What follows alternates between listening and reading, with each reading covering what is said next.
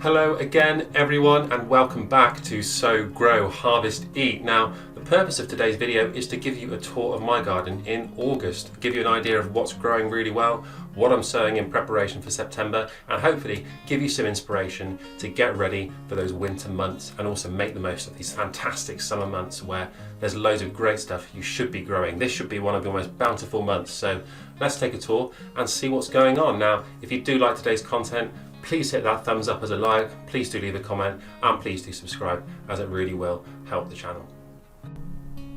It of course wouldn't be a greenhouse without some lovely tomatoes. These are SANTONIO tomatoes, a lovely plum variety of tomato that has actually been really fruitful this year. We've had a lot of tomatoes off this plant, and there's another one down the back of the greenhouse there which you can just about see.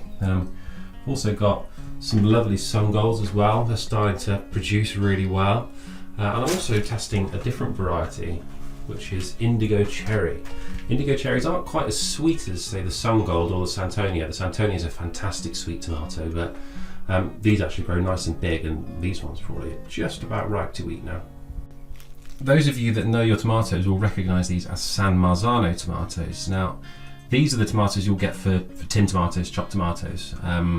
So this is a bit of an experiment. I've never done this before, but I wanted to see if I could do my own tinned canned tomatoes for the first time, because we love rich tomato sauces, so it makes sense. As I've said in previous videos, always grow what you know you're going to eat. Now I've had a few issues with this actually. These have had a bit of blossom and rot. So if I get maybe a bowl of tomatoes off this year, that'll be a success, but there's obviously some deficiencies in the soil.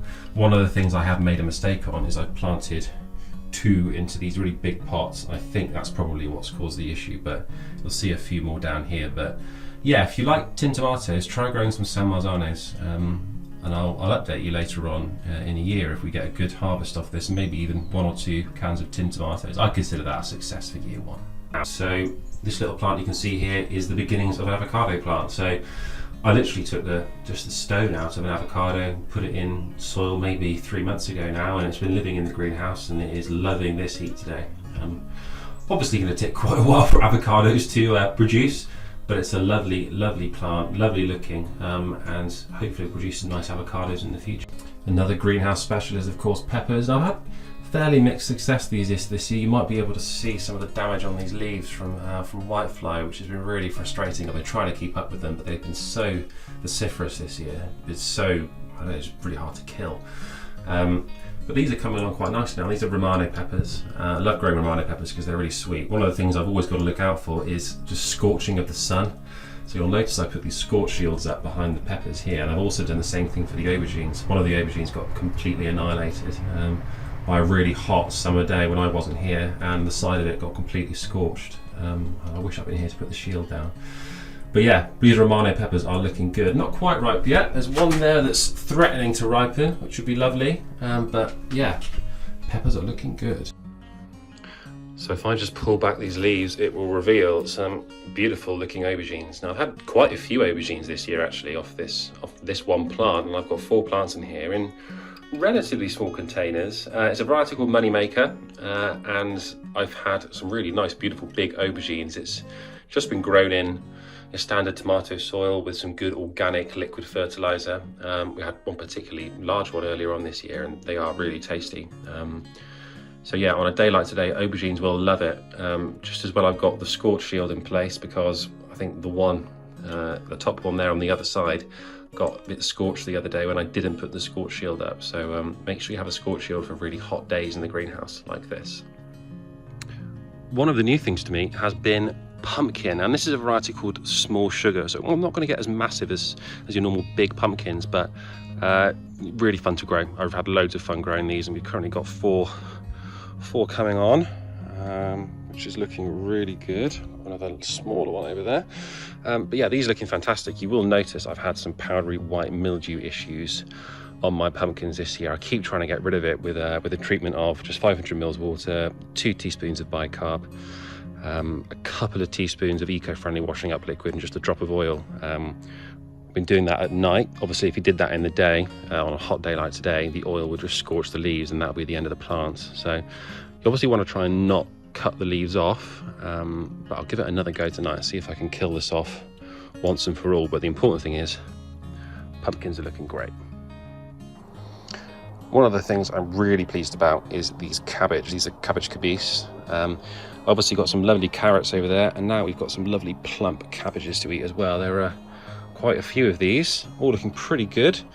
But I think we're about ready to have some coleslaw, which I can't wait for. Helen makes a beautiful coleslaw, so I think we'll be harvesting this one this weekend.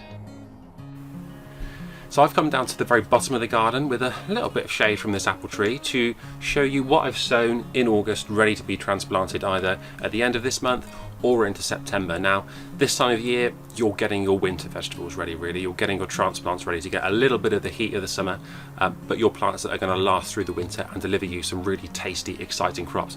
I think this is one of the more exciting times to sow in the year because it really is a challenge. It's what can you sow now that's going to last into the winter, maybe even to the hunger gap if you're really lucky.